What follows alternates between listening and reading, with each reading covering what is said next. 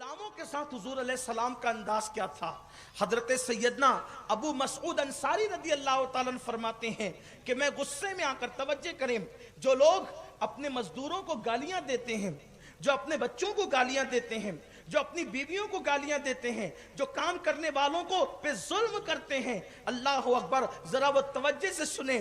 حضرت ابو مسعود رضی اللہ تعالیٰ عنہ فرماتے ہیں کہ ایک میرے غلام نے غلطی کی، میں اس کو ایک تماچا میں نے مارا، پیچھے سے کسی کی آواز آئی، پیچھے سے کسی کی آواز آئی، ظلم کرنے والوں اللہ دیکھ رہا ہے، ظلم کرنے والوں اللہ دیکھ رہا ہے۔ میں نے پیچھے موڑ کر دیکھا تو کوئی اور نہیں تھا، وہ میرے آقا مصطفیٰ جان رحمت تھے۔ میں شرمندہ ہو گیا۔ اللہ کے رسول نے فرمایا کسی پہ ظلم مت کرو، مت مارو کسی کو، ورنہ قیامت کے دن جہنم کی عذاب میں جلا دیے جاؤ گے، جہنم کی آگ میں جلا دیے جاؤ گے۔ میں نے اس کی یا رسول اللہ اس کو تھپڑ مارا، اب کیا کروں؟ آقا فرماتے اگر کوئی اپنے غلام کو تھپڑ مارے تو اس کی ذمہ داری ہے کہ وہ اس غلام کو آزاد کر دے اور اس کی چھٹی کر دے۔ اللہ اکبر، اور اس غلام کو پھر آزاد کر دیا گیا۔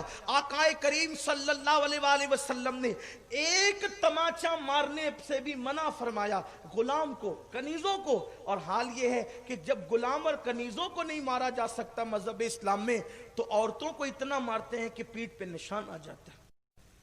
یہ ہنسنے کی بات نہیں ہے، اللہ کے رسول نے لعنت کی ایسے مردوں پر جو اپنی بیویوں کو مارتے ہیں۔ عورتیں مار کھانے کے لیے نہیں ہیں، اور کچھ لوگ تو چہرے پہ جو ہے وہ تماچے مارتے ہیں۔ فرمایا گیا کہ کافر کے چہرے پہ بھی تماچے مت مارو، جانور کے چہرے پہ بھی تماچے مت مارو۔ اور فرمایا گیا اگر اپنے بچوں کی تربیت کے لیے ان کو مارنا پڑے تو ان کی پشت پر مارو، اور ان کو 3 تھپڑ سے زیادہ نہیں مار سکتے پیٹھ پر بھی۔ اگر تم نے 3 تھپڑ سے زیادہ مارا، یا چابک سے مارا یا لکڑی سے مارا، تو قیامت کے دن اللہ تعالیٰ اس مارنے کے بارے میں تم سے حساب لے گا۔ دنیا آج قانون بنا رہی ہے کہ بچوں کو مت مارو، اللہ کے رسول علیہ السلام نے آج سے 1450 سال پہلے قانون عطا فرمایا۔